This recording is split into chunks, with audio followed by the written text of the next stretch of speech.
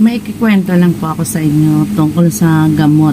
Kasi yung friend ko, nagtrabaho siya sa Amerika bilang yaya ng matanda. Pero, ang iniinom daw nilang gamot ay itong Himalayan Salt. Ito yung laman siya. Iba-iba yung kulay. Meron siyang pinong. Nabili ko ay malalaki siya. Malalaki. Kaya ito yung tapos ito yung kalahating lemon. Kalahati siya lang kasi ipiga mo. Tapos 1 litrong tubig.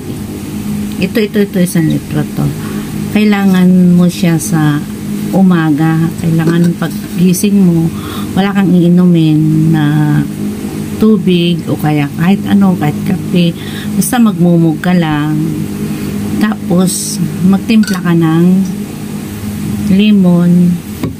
Ang pagtitimpla nito ay kutsarita, 2 kutsarita at saka kalahating lemon. Hindi ako gagawa kasi hindi ako nag-ano na ako ay nagkape at saka pandesal. Tapos yun, tutunawin mo siya dito sa mainit na tubig. 1 litro. Kailangan para gusto nyo inumin agad.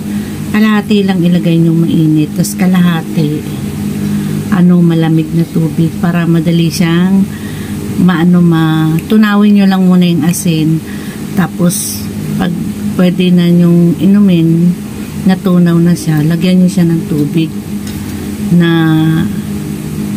malamig para malamig din yung natunaw na siya.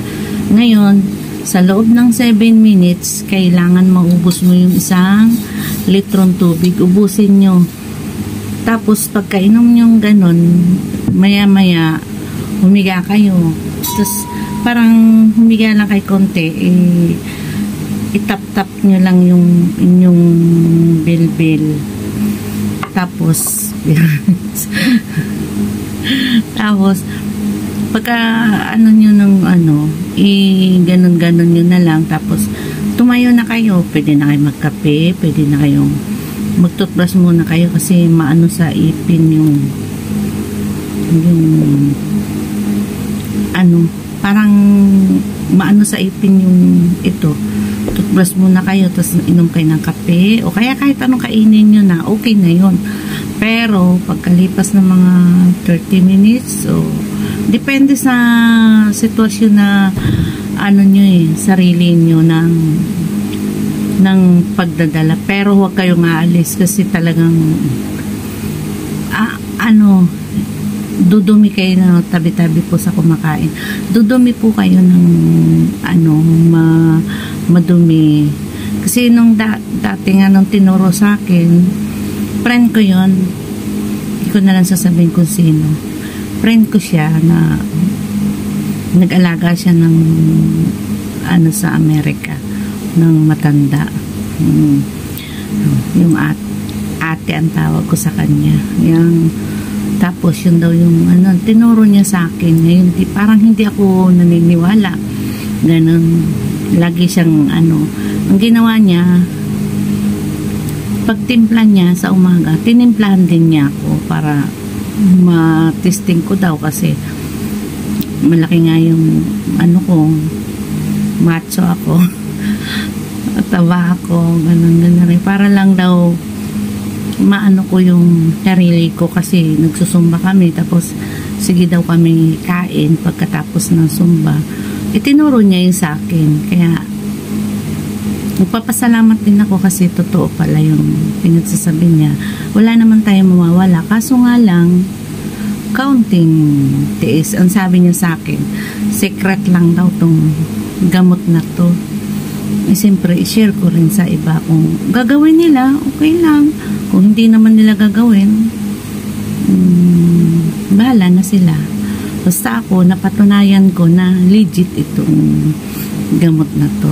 Tapos, yun nga, kailangan ako, lagi akong merong lemon sa rep. Nabili ako sa Manila ng lemon doon sa Quiapo pag ako nagsisimba. Nabili ako doon ng tumpok-tumpok, minsan 5, 50 pesos lang. Kaya bumibili ako doon. Kaya marami akong stock. Ang ginagawa naman nilang ano ko dito, nung anak ko, bibiling Sprite, tas nilalagyan nito lemon. Ang sarap din. Yung Sprite pala na soft drinks at saka nilalagyan lemon. Parang ang sarap. Magugulat na lang ako. Kalahati lang yung nagagamit ko. Ubus na yung 4 na piraso. Minsan lang ako uminom nito kasi siguro sa isang buwan, isang beses lang. Pero ang ano talaga, 15 days tuloy-tuloy.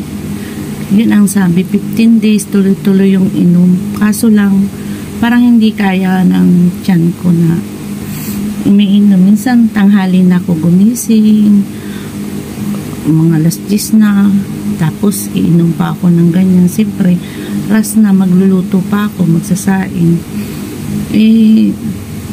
Gagawin ko na lang, minsan na lang pang maga ko gumigising na bala kong uminom, yun, doon na lang ko nainom. Kasi hindi ka talaga pwedeng aalis kapag mag-ano ka talaga, magdudumi ka magdudumi ka talaga ng hindi ka nais-nais. Kaya testingin nyo para legit yung itong wala namang mawawala kung titesting kayo o basta Himalayan salt to. Meron po to sa mall, kaso lang mahal, pero meron sa Shopee. Ayan, legit din naman kasi sa Shopee ko to binili. Ito, may mapinoy siya, basta pag order kayo Himalayan salt, yun ang gagawin nyo. O kaya pwede rin to sa mga ulam, katulad naman nagluluto kayo, pwede sa ulam, ilalagay nyo sa ulam, na yung magluluto kayo ng ulam, pwede to. O kaya kung ayaw nyo ng lemon, sa umaga lagyan nyo ng kaunting asin yung iniinom nyo ng maligamgam ng ganito, pero hindi pa ako nakatesting nun kung dudumi ka rin. Ang alam ko lang ay lemon at saka Himalayan salt. Yun lang ang alam ko na legit talaga. Kung gusto nyo. Tapos ako, nagtatanim din kasi ako ng mga herbal tulad ng serterpina. Pero super pait talaga yung serterpina. Gamot daw yun sa lahat ng mga bukol yung serterpina. Pero ang dami kong tanim sa harapan ko na. Alam mo, mahilig ka din kasi ako magtatanim kung ano yung mga herbal tulad ng tanglan, yung mga herbal para lang sa malay mo, at least sarili mo puno. Kung gusto mo gumawa ng nilagang tanglad na gagawin juice, ay pwede nandyan na lang, lalagain mo na lang siya kasi pampababa din daw ng dugo yung tanglad. Kaya marami akong tanglad na tanim, bayubano, lahat na tinatanim ko para lang sa kung ano man yung paniniwala nyo. Ako kasi minsan naniniwala, minsan testing lang kung totoo ba o hindi. Bye bye, thank you po. Kung panoorin nyo po to, testingin po nyo kung magiging okay sa inyo. Kung di mabuti, subukan nyo lang po na magiging ayos po ito. Thank you po sa panonood. Sana i-share nyo at subscribe sa aking YouTube. Thank you. Maraming salamat. Ang iano ko sa sunod ay yung serterpina ko na gamot. Talagang legit din po yun. Kasi natutunan ko yun sa Healing Galing. Sa Healing Galing yun. Marami akong tanim. Bye bye. Thank you. God bless. Happy Thursday po.